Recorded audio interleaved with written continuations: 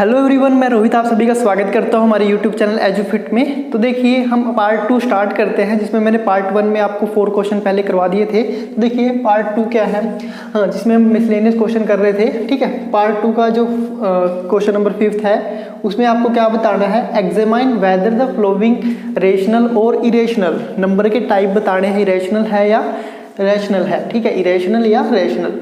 तो देखिए सबसे पहले है आपका पार्ट 1 √7। √7 कैसा होगा नंबर, आप सभी को पता है √7 का कोई परफेक्ट स्क्वायर रूट नहीं होता। तो ये क्या हो जाएगा भाई, इरेशनल नंबर हो जाएगा, है ना। बस ऐसे ही आपको आंसर दे रहे हैं, यानी कि और कुछ नहीं। सही है।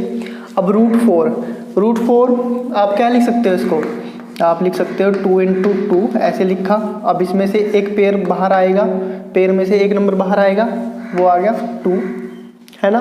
तो ये कितना हो जाएगा भाई √1, और ये कितनी होगी वैल्यू 2, और इसको हम p/q की फॉर्म में लिख सकते हैं। तो ये कैसा नंबर हो जाएगा, रैशनल। ठीक है, ये हो जाएगा आपका रैशनल।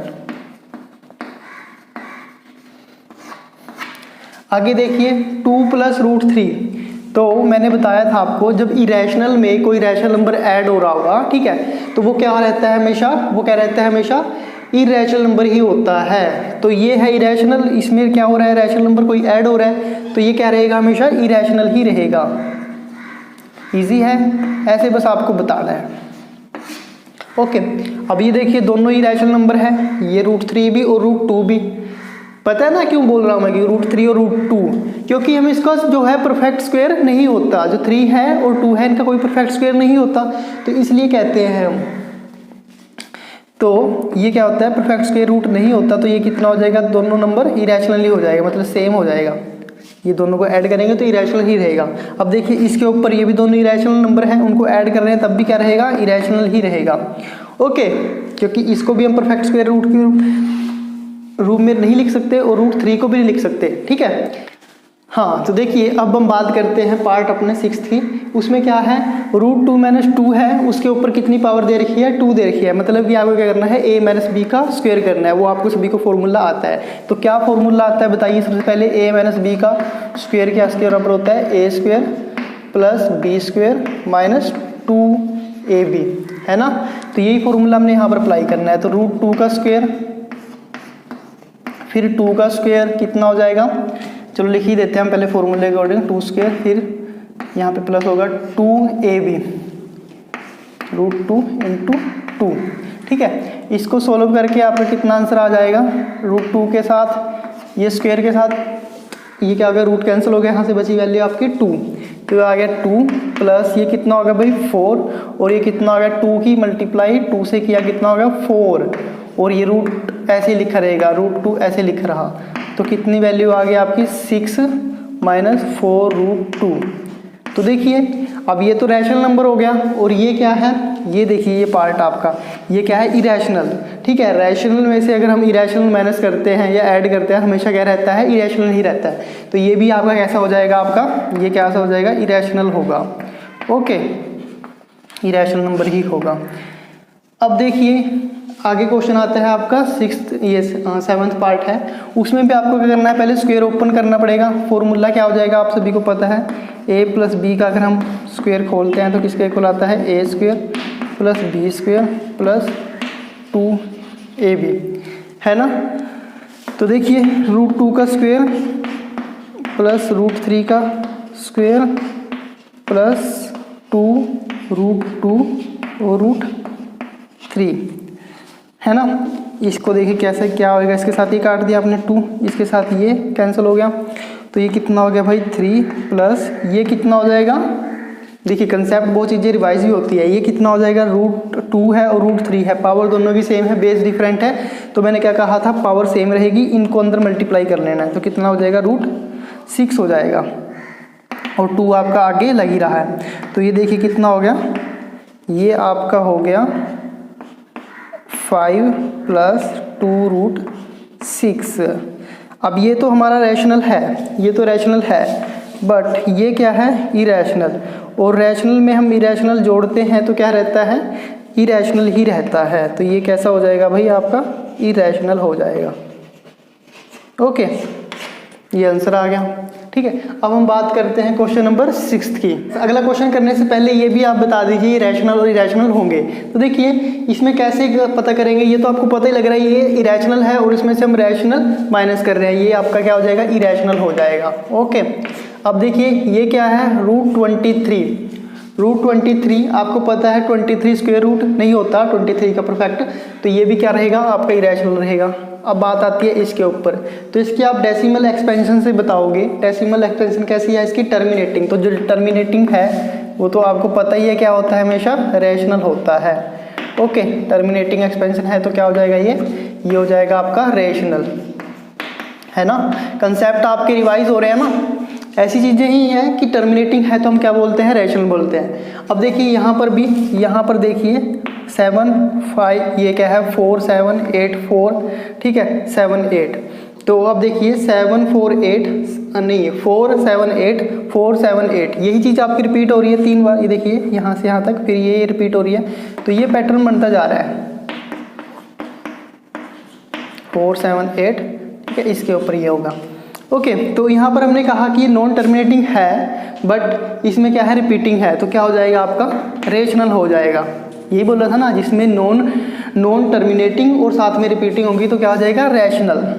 अब बात आती है इस क्वेश्चन की, ये बहुत ही ज़्यादा इम्पोर्टेंट भी है और आपको कैसे करेंगे ये बताइए। आपको देख के लगेगा कि 1.44 है, इरेशनल ही होगा, है ना, बट इसको हम पहले क्या करते हैं, ऐसे लिख कर देखते हैं 144 डिवाइड में 100। जब मैंने पॉइंट हटाया तो ऐसे ही लिखूंगा मैं इसको। ओके, और आपको पता है इसका परफेक्ट, इसका रूट अलग से हो जाएगा और निचले वाले का रूट अलग से हो जाएगा। अब 100 का तो पता है सभी को, 100 का रूट कितना होता है, 10 होता है। और ये क्या है 144, तो जो 12 का स्क्वायर होता है वो कितना होता है, 144 ही तो होता है। तो इसका मतलब क्या हो गया, ये 12 का स्क्वायर रूट हो जाएगा 144, ठीक है ना। ये क्या हो गया, 144 का स्क्वायर रूट कितना हो गया, 12 हो गया। तो ये देखिए अब आपका कितना आंसर आया, 1.2, या फिर ये p/q की फॉर्म के आ गया। सीधी सी बात है, ये p है और ये q है, तो ये कैसा नंबर है, सीधा आप बता दोगे क्या है, रैशनल। और अगर आप वैसे ही इसको देख कर कह देते कि हाँ कि भी ऐसे, तो हमें क्या पता लग रहा है कि ये क्या है, इरेशनल नंबर। तो पहले इसको आप एक्सपेंशन करिए, इसकी डेसिमल एक्सपेंशन में लिखिए ऐसे, उसको हटा दीजिए, फिर आपके पास आंसर आ जाएगा। इसी तरह इसकी भी देखिए, ये क्या है, √9/√27 लिख देता हूँ मैं, है ना। तो ये तो चलो ठीक था हमारे पास, ये कितना आ गया, 9 का कितना हो जाएगा भाई, √3, और ये कितना रहेगा, हमेशा 27 ही रहेगा। ऐसा कोई नंबर नहीं है जिनको हम मल्टीप्लाई करें वो क्या आ जाए 27। दो नंबर ऐसे नहीं हैं, दो नंबर नहीं बोलते, एक ही नंबर होता है जिसको मैं जैसे एक ही नंबर को 2 बार मल्टीप्लाई करूँगा कितना आ जाएगा 27। ऐसा नहीं होता, जैसे 3 × 3 किया 9, तो एक ही नंबर है। इसी तरह 4 × 4 करूँगा कितना आएगा 16, 5 × 5 करूँगा 25, तो एक ही नंबर को अपने से मल्टीप्लाई करना होता है। तो ऐसा कोई नंबर नहीं है जिससे मल्टीप्लाई करके 27 आता है ना।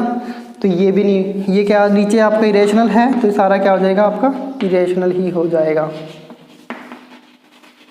ओके, तो ये बात आप सभी को समझ में आ गई, ऐसे करना है। तो अब बात करते हैं हम नेक्स्ट क्वेश्चन की। तो हाँ देखिए क्वेश्चन नंबर 6 क्या है आपका, बहुत ही इजी क्वेश्चन है, ठीक है।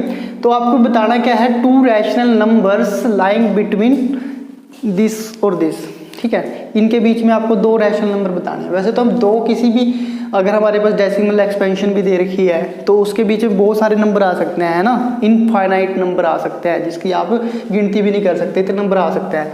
तो हमें ओनली 2 बताने हैं, और बताने भी क्या है, रैशनल नंबर, ना कि इरेशनल, रैशनल नंबर बताने हैं। तो रैशनल नंबर कैसे बताएंगे, देखिए 2 8 5 3 5 3 5 3 5 3, क्योंकि ये रैशनल नंबर क्यों बना, ये क्या था, रैशनल नंबर ही था, ये भी रैशनल नंबर है। इसी के बीच में 2 रैशनल नंबर बताने हैं, क्योंकि इनकी देखिए डेसिमल जो एक्सपेंशन है वो क्या है, रिपीटिंग है। यहाँ पर 5 3 रिपीट हो रहा है, यहाँ पर 4 1 रिपीट हो रहा है। तो जो इसके बीच में लाइन करेंगे नंबर वो भी कैसे होंगे, मान लीजिए 28 के बाद कितना आएगा, हम 22 डिजिट लेते हैं पहले, तो 28 के बाद कितना आएगा 29, तो हम लिख देते हैं एक नंबर हो गया आपका फर्स्ट नंबर 29। फिर आप लिख सकते हो यहाँ पर कोई भी चीज़ लिख दीजिए 4 2 4 2 4 2 4 2, यही चीज़ आपकी रिपीट हो रही है। ये हो सकता है कोई बच्चा दूसरा सोचे कि नहीं मैं ऐसे लिखता हूँ कि 0.29 और मुझे ये पसंद है 391 391 391 391 ऐसे लिख दिया उसने, तो मतलब कि ऐसे ही है 0.29391 ये। तो ये भी हो सकता है, कोई बड़ी बात नहीं है। 29 आपको जैसे बीच में करना है ना, तो थोड़ा आगे बढ़ा लीजिए, 28 से 29 कर लीजिए, और कोई ना कोई रिपीटिंग ब्लॉक है उसको लगा दीजिए जो आपके बार के नीचे आ जाए, ऐसे कर लेंगे। अब जाइए, एक नंबर ये भी हो सकता है, मान लीजिए हम 30 इसके पास और पहुंच जाते हैं, 32 के 30 हो गया। ओके, यहाँ पर लिख देता हूँ 101 101 है ना, 101। तो आप देख रहे हो कि 101 101 101 ये रिपीट हो रहा है। और अगर कोई बच्चा और कहे कि हाँ ऐसा भी हो सकता है क्या, 30 उसको लिख दिया उसने, मान लीजिए 73, ठीक है 73। जरूरी नहीं कि 2 ही नंबर आपको रिपीट करने हैं, कितने मर्जी कर सकते हो, बस आप जितने जल्दी करोगे तो उतना फ़ायदा ही है, क्योंकि आपको इतना कंफ्यूज नहीं होना है ना। 73 और इसके ऊपर ये बार लगा दिया, ये हो गया। तो ये और ये आपने 2 नंबर निकाल दिए। अब बात करते हैं हम नेक्स्ट क्वेश्चन की। देखिए क्वेश्चन नंबर 7 क्या है हमारे पास, find 3 different irrational numbers between 7/9 and 8/11। Different irrational number निकालने हैं। अब वो तो तरीका हो नहीं सकता है इसमें कि हमारे पास हम सेम बेस करेंगे है ना, 8/11 ऐसे करके हम निकालेंगे, वो तो तरीका हमारे पास हो नहीं सकता, क्योंकि वो तो हमारे p/q की फॉर्म में निकल कर आएंगे। अगर हम बेस सेम भी कर लेते हैं, मान लीजिए इसको भी मैं 99 कर लूँगा, इसको भी 99 कर लूँगा, ठीक है, जैसे मर्जी। इसको मैंने कितने से मल्टीप्लाई किया होगा, 11 से, इसको मैंने किससे मल्टीप्लाई किया होगा, 9 से, है ना, ऐसे। तो ये तो हमारा तरीका नहीं लगेगा, क्योंकि ये रैशनल नहीं इरेशनल निकालने हैं। तो ध्यान रखना, जब भी आपको रैशनल निकालने हैं तो सबसे पहले हम इसकी क्या करेंगे, डेसिमल्स फॉर्म में लिखेंगे इसको, ठीक है। तो 7/9 की पहले डेसिमल फॉर्म निकालेंगे, उसी तरह 8/11 की डेसिमल फॉर्म निकालेंगे। तो कैसे निकालते हैं, देखिए बस आपको डिवीज़न करनी है 7 को 9 से। तो देखिए 7 छोटा है तो हमने पॉइंट लगा लिया, कितना हो गया 0। 70 बन गया, 9 6 जा कितने होते हैं, ठीक है, नहीं 9 7 जा कितने होते हैं 63। तो कितना आ गया आपके पास 7 आ गया, फिर पॉइंट लगा हुआ है 0 हो जाएगी, फिर 9 7 जा 63, ओके, फिर 7 आ जाएगा, फिर 0। तो आपको दिख रहा है 70 रिपीट हो रहा है, तो यहाँ पर भी क्या रहेगा 7 7 7 ऐसे होता जाएगा, है ना। तो 7/9 की जो डेसिमल फॉर्म है वो कैसी आई है, वो आ गई है ऐसे। तो इसी तरह हम किसकी करते हैं नेक्स्ट, 8/11 की। 8 को हमने डिवाइड करना है 11 से, सही है। तो पॉइंट लगाना पड़ेगा कि छोटा है भाई, कितने पे जाएगा 11 7 जा 77,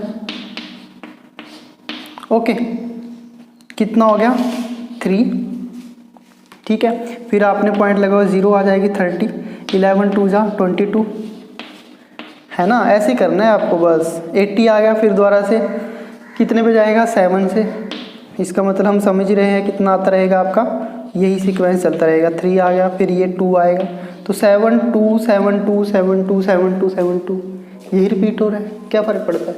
तो ये आ गया, तो इसका मतलब क्या है कि एक तो आपका ये है 0.777 और ये क्या है 0.72। तो छोटा नंबर क्या है, ये है ना 8/11 छोटा है, तो हम इसको ऐसे लिखेंगे भाई 0.7272 ऐसे। और दूसरा नंबर क्या बना, ये हमारे पास डेसिमल फॉर्म में 0.7777। इसके बीच में आपको क्या निकालने हैं, इरेशनल नंबर, इरेशनल निकालने हैं। क्या निकालने हैं, इरेशनल, ओके, इरेशनल निकालने हैं। और वो कितने निकालने हैं 3। तो आप देखिए 72 के बाद हम लिख लेते हैं 73, ऐसे मान लीजिए 73, और लिख दीजिए 4 5 1 3 8 1 7 8 0 3 4, कुछ भी चलता जा रहा है, कोई रिपीट नहीं है, बस ऐसे आपका, है ना, कोई रिपीट नहीं है। जब हमें रिपीट ही नहीं दिखाना ना कोई पैटर्न, तो ऐसे आप कोई भी नंबर लिखते जाइए, क्योंकि इरेशनल में कोई भी रिपीटिंग पैटर्न नहीं होता। अब तक तो आपको समझ में आ गई होगी मेरी बात। इसी तरह नेक्स्ट नंबर हो गया, ये आपका फर्स्ट हो गया। सेकंड की बात करें 0 पॉइंट क्या लिखें भाई, 72 73 लिख लिया, 74 लिख लेता हूँ मान लीजिए, इससे छोटा ही रखना है। अब मान लीजिए नंबर क्या हो सकता है 0 1 2 3 4 1 0 1 3 4 8 7 4 हो सकता है। कोई आपको पैटर्न कोई भी ऐसा नहीं दिखेगा जिसमें रिपीटिंग पैटर्न मिल जाए, ऐसा नहीं मिलेगा ना, तो ये भी हो सकता है। एक और निकाल लीजिए 0.75।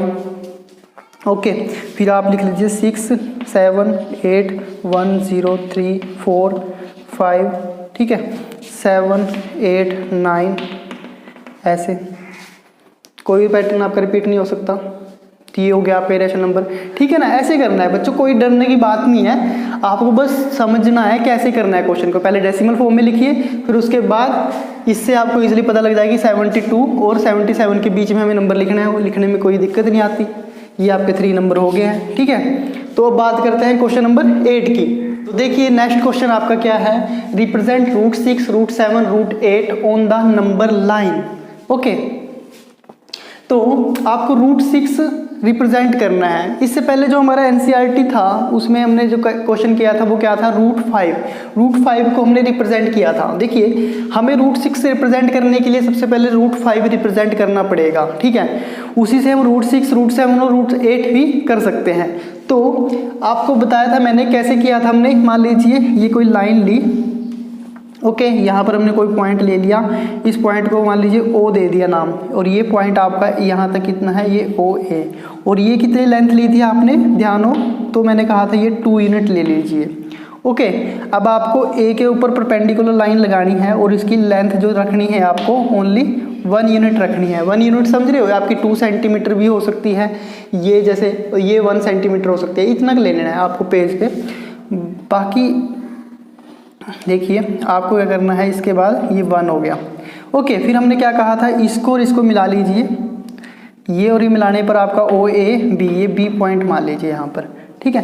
अब हमें क्या करना है, OB की लेंथ निकालनी है। अब ये क्या हो गया, यहाँ पर 90 डिग्री है भाई।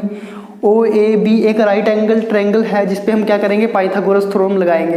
तो according to Pythagoras theorem h² equal to किसके इक्वल होता है, B² प्लस P², ये ध्यान रखनी है। और यहाँ से h की जो वैल्यू आती है वो क्या जाती है, √B² प्लस P²। अब यहाँ पर B और P क्या है, सभी को पता है, ये बेस होता है, ये परपेंडिकुलर होता है और ये हाइपोटेन्यूज होता है। ओके, तो यहाँ से h कितना आ जाएगा, अगर बेस की वैल्यू भर दें अब 2 का स्क्वायर, ठीक है, ये आ जाएगा प्लस 1 का स्क्वायर। नंबर के ऊपर लिखा हुआ है तो स्क्वायर समझ रहे हो ना, तो 2 का स्क्वायर कितना आ जाएगा 4, इसका स्क्वायर कितना आ जाएगा 1, तो ये किसकी वैल्यू आ गई, √5 की। तो ये √5 आ गया भाई, ये आ गया आपके पास, h की वैल्यू कितनी आई, √5। तो हमें OB मिल गया √5। फिर हमने कहा था इस लाइन को आगे बढ़ा लेते हैं, प्रोड्यूस कर लेते हैं, ऐसे बढ़ा दिया हमने, मान लीजिए अभी। तो O को सेंटर मान के, ठीक है, OB जितनी लेंथ खोलेंगे आप, तो यहाँ से यहाँ तक आपको क्या लगानी है, एक कट लगाना है। ये यहाँ पर कट करेगा, मान लीजिए ऐसे आपने ऐसे कट लगाया होगा, तो यहाँ पर कट कर गया। तो अब आपको पता चल गया कि ये लेंथ कितनी हो जाएगी भाई, ये लेंथ कितनी हो जाएगी, कि OB ही तो है, वो OB ने तो यहाँ पर कट लगाया है, तो OB कितना था, √5। तो ये पॉइंट भी लिख लीजिए, ये पॉइंट आपका C है।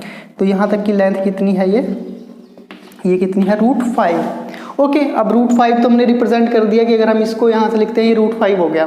बट अब हमें रिप्रेजेंट करना है √6 √7 √8। ये तो हमारा कोई काम का नहीं था, बट हम इसका यूज़ करेंगे क्योंकि हमें तो √6 की लिखनी है वैल्यू। तो अब आपको वही प्रोसीजर लगाना है। अगर मैं यहाँ तक कितना ले लेता हूँ, 1 यूनिट ले लेता हूँ भाई, 1 यूनिट लिया।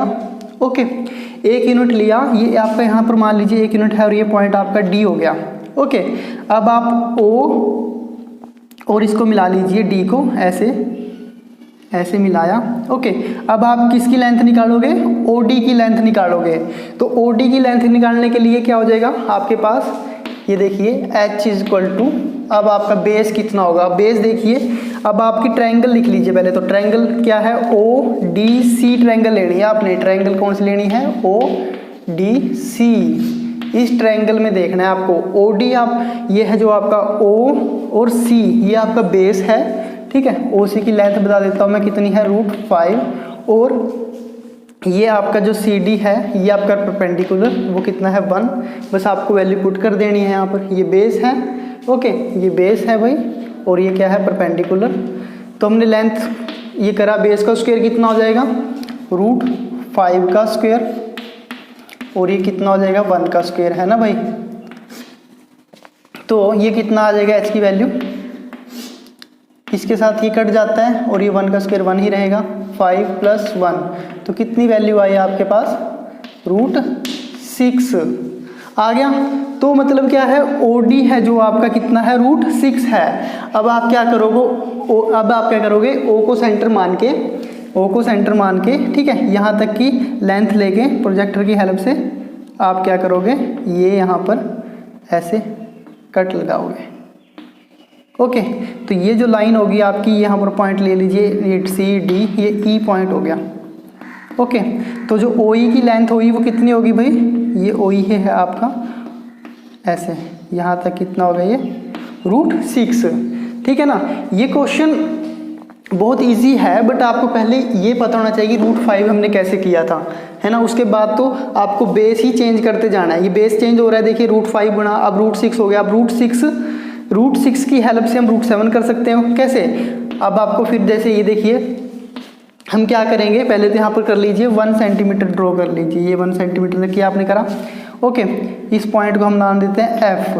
अब यहाँ पर एक ट्रायंगल और बन जाएगी, ये वाली, ये।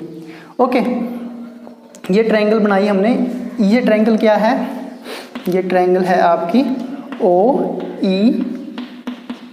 यहाँ पर बेस बताइए क्या हो जाएगा आपका, बेस क्या है भाई, OE, और वो कितना है भाई, √6, और परपेंडिकुलर तो आपको पता ही है वो कितना था, EF लिख लीजिए इस केस में, मान लीजिए वो कितना है, 1 है ना। ऐसे ये 1 यूनिट है, ये भी यूनिट लिखने की ज़रूरत है तो लिख लीजिए, नहीं तो वैसे आप ऐसे भी छोड़ सकते हो, ऐसे 1 यूनिट। ओके, अब आपको क्या निकालना है, हाइपोटेन्यूज, फॉर्मूला वही लगेगा, कितना हो गया भाई, √6 का स्क्वायर, बेस का स्क्वायर प्लस परपेंडिकुलर का स्क्वायर, तो कितना आ गया, बेस का स्क्वायर कितना हो जाएगा 6, इसके साथ ही कट गया, और ये कितना आ गया 1, तो आ गया √7। इसका मतलब क्या है, जो हाइपोटेन्यूज था आपका OF ही बोलेंगे उसको, जो OF की वैल्यू आई है वो कितनी आई है, √7। तो यहाँ से लेकर यहाँ तक की लेंथ आपको पता चल गई। तो आप इसको सेंटर मान के यहाँ पर एक कट लगाओगे ऐसे, है ना, आर्क से। तो ये आपका यहाँ पर कट लगता है, तो ये किसको रिप्रेजेंट करता है भाई, यहाँ पर पॉइंट को, √7 को। तो ये यहाँ से लेकर यहाँ तक की जो लेंथ है, ओके, यहाँ से लेकर यहाँ तक की जो लेंथ है वो कितनी हो जाती है, √7 हो जाती है। ओके, ये देखिए, तो आसान था, कोई बड़ी बात नहीं है, बस आपको पहले √5 करा, फिर √6 किया, फिर √7 कर लिया, और पाइथागोरस थ्योरम आप सभी को आती है, ऐसे करना है, ठीक है। अब हम बात करते हैं क्वेश्चन नंबर 9 की। देखिए स्टूडेंट्स, हमारा 9th क्वेश्चन क्या है, आपको रिप्रेजेंट करना है, नंबर क्या है, √9.3 और √3.5। मैंने NCERT जब मैं करवा रहा था ये क्वेश्चन मैंने छोड़ दिया था, ठीक है, तो हमने वहाँ पे किया नहीं था, बट ये बहुत ही ज़्यादा सिंपल क्वेश्चन है, अगर आप करना चाहते हो तो कर सकते हो। तो देखिए कैसे करेंगे इसको, आपको क्या करना है, √9.3 ना रिप्रेजेंट करना है। तो आप क्या करोगे, सबसे पहले एक लाइन ले लीजिए जिसकी लेंथ लोगे आप, जो इसके अंदर दे रखा है, कितना दे रखा है भाई, 9.3 यूनिट ले लिया आपने। ओके, ये इतनी लेंथ ले लेनी है आपको, इसको नाम दे दीजिए A और B। अब क्या करना है आपको, इसके बाद इस लाइन को थोड़ा आगे बढ़ा लीजिए और 1 यूनिट तक रोक दीजिए कि B के बाद यहाँ तक कितना पॉइंट होना चाहिए, एक पॉइंट लीजिए जो कितना हो, 1 यूनिट ही हो, मतलब 1 यूनिट आपने 1 सेंटीमीटर 1 यूनिट आपको ऐड कर दिया। अगर ये 9.3 सेंटीमीटर है तो आपने 1 सेंटीमीटर और ऐड कर दिया, तो ये सेंटीमीटर आप लिख सकते हो कि ये जो ये लंबाई है उसकी कितनी है, 1 यूनिट हो गई, है ना। 1 यूनिट बोलेंगे, अभी तो हम यूनिट में बात कर रहे हैं। अब इसका क्या करना है आपको, ये A और C है, A और C बन गया। A और C को क्या करिए, इसका आपको क्या करने लेना है, बाइसेक्ट कर लेनी है लाइन, आपको बाइसेक्टर निकालना है इसका, ठीक है। बाइसेक्टर हमें पता है कैसे निकालते हैं, ऐसे ही होता है ना, ऐसे, और इसी तरह यहाँ से ऐसे, ठीक है। तो जैसे हम ये मान लीजिए ये आपका बाइसेक्टर यहाँ पे मिल रहा है, ये होगा, ओके, ये आपका पॉइंट है जो बाइसेक्टर होगा, हमें पॉइंट से मतलब होता है, ठीक है। हम जैसे अगर ये मान लीजिए कुछ भी बनता है, जितनी लेंथ बनेगी इसकी, उसका हमें हाफ कर देना है, बाइसेक्ट का में नहीं होता है, हाफ कर लेना, तो लगभग आपका यहाँ पर आ गया। तो फिर आपको करना है, ये पॉइंट को लिख लीजिए, आपका जो पॉइंट है BC, ये पॉइंट है आपका मान लीजिए D पॉइंट है, ओके। अब जितना AD होगा उतना ही BC होगा, थोड़ा सा इधर की तरफ जाएगा, सॉरी थोड़ा सा कर लेते हैं हम इसको इधर की तरफ, हम वैसे यहाँ पर ड्रॉ नहीं कर सकते, बस आपको बता रहा हूँ तरीका कैसे है, ठीक है। तो ये हो गया, जितना AD होगा उतना ही क्या होगा, DC होगा। अब आपको क्या करना है, यहाँ पर सेमी सर्कल ड्रॉ करना है, यहाँ पर C को सेंटर लेकर और AD जितनी आपको लेंथ लेनी है और आपको ऐसे सभी सर्कल ड्रॉ कर देना है यहाँ पे, जो आके यहाँ पे मिल जाएगा। ओके, तो उसके बाद देखिए क्या करना है, अब आपको B से 90 डिग्री का एंगल ऊपर की तरफ लेके जाना है। B से जो हमारा पॉइंट था ना, यहाँ पे रुक गया था A और B, यहाँ से आपको करना है B से 90 डिग्री का एंगल लेकर जाना है। D रखिए आप इसके ऊपर और 90 डिग्री एंगल ड्रॉ कर दीजिए। तो जहाँ पर ये कट करता है पॉइंट, ये मान लीजिए E पॉइंट हो गया। ओके, यहाँ पर अगर कट करता है तो जो ये B ही है वही आपकी क्या थी, √9.3 की वैल्यू है, इतनी लंबाई है वो, रूट पॉइंट ये है आपकी लेंथ है जो, वो √9.3 है। अब आप इसको नंबर लाइन पे ड्रॉ करना चाहते हो तो कैसे हो जाएगा, अब ये मान लीजिए 0 से स्टार्ट हो रहा है, अब आप इस लाइन को यहाँ पर लगाना चाहते हो तो इतना ही लेंथ लीजिए और यहाँ पर आप कट कर दीजिए। तो ये लेंथ जो हो जाएगी यहाँ से लेकर यहाँ तक वो कितनी हो जाएगी, √9.3। ओके, ये, और इसको भी पॉइंट को नाम दीजिए, अगर ये लीजिए F। ओके, ऐसे हो जाएगा, ठीक है। ये हमने कर दिया √9.3 के लिए। इसी तरह हम करके देखते हैं नेक्स्ट √3.5 के लिए। तो मान लीजिए ये आपका √3.5 है, सबसे पहले इसको नाम ले लेते हैं हम A और ये B। ओके, ये हो गया आपका 3.5 यूनिट है। ओके, देखिए ये 3.5 यूनिट हो गया। उसके बाद आप क्या करोगे, 1 यूनिट और बढ़ा लोगे इसको आगे। ओके, फिर उसका क्या लिया हमने, नाम लिख दिया यहाँ पे C। अब इसका क्या करोगे, आप बाइसेक्ट करिए इस लाइन को, ठीक है। बाइसेक्ट करने के बाद आपका पॉइंट ये आ गया D। ओके, यहाँ से आपको करना है D को सेंटर लेकर एक सेमी सर्कल ड्रॉ कर देना है जो ऊपर की तरफ ही हो आपका, ऐसे। अब क्या पॉइंट, अब अगली बात क्या थी, यहाँ से आपको 90 डिग्री का एंगल ड्रॉ करना है। ये कितना होगा भाई, 90 डिग्री का। ओके, तो B और ये E जो पॉइंट है ये आपका किसके बराबर हो जाएगा, √3.5 के बराबर हो जाएगा। और अगर आपको नंबर लाइन के ऊपर ड्रॉ करना है तो आप इसको थोड़ा सा आगे बढ़ा लीजिए और इतनी लेंथ लीजिए और यहाँ पर कट लगा दीजिए, ठीक है। तो ये जो आपकी लेंथ होगी वो किसको रिप्रेजेंट करेगी, √3.5 को ही तो रिप्रेजेंट करेगी, है ना। इजी है ना क्वेश्चन। तो सबसे पहले हमने वही लेंथ ली जो इसके अंदर है, √3.5 है, तो मतलब 3.5 ले लिया हमने यूनिट, फिर उसमें 1 यूनिट और ऐड किया, ये हो गया आपका 1 यूनिट। ओके, फिर हम क्या कहेंगे, उसका हमने क्या करा, बाइसेक्ट निकाला, फिर उसमें ये करके हमने B पे क्या करा, 90 डिग्री का एंगल बनाया। और उसके बाद E पॉइंट पर कट करती है तो B और E की जो लेंथ हो जाएगी वो कितनी होगी, √3.5 हो गया। और उसके बाद हम ये कहेंगे कि ये यहाँ पर अगर इसको ऐसे कट करती है, ऐसे ऐसे, तो फिर आपका ये क्या हो जाएगा भाई, ये लाइन कितनी, ये जो B और ये F मान लीजिए, ये जो लेंथ है वो कितनी हो जाएगी, √3.5। यहाँ से भी हम ऐसे कर सकते हैं, ये है ना। तो BE जितनी हमने यहाँ पर एक चाप लगा दी, है ना भाई, इतनी आर्क की वो लगा देंगे और यहाँ पर कट करती है तो ये आपकी √9.3 हो जाएगी। तो ये क्वेश्चन थे, बहुत ही ज़्यादा इजी थे क्वेश्चन ये भी, है ना। तो ये थे हमारे क्वेश्चन। इसके बाद हम करेंगे अपनी नेक्स्ट चैप्टर जो है हमारे पास पॉलिनोमियल, ठीक है। तो थैंक्स फॉर वॉचिंग।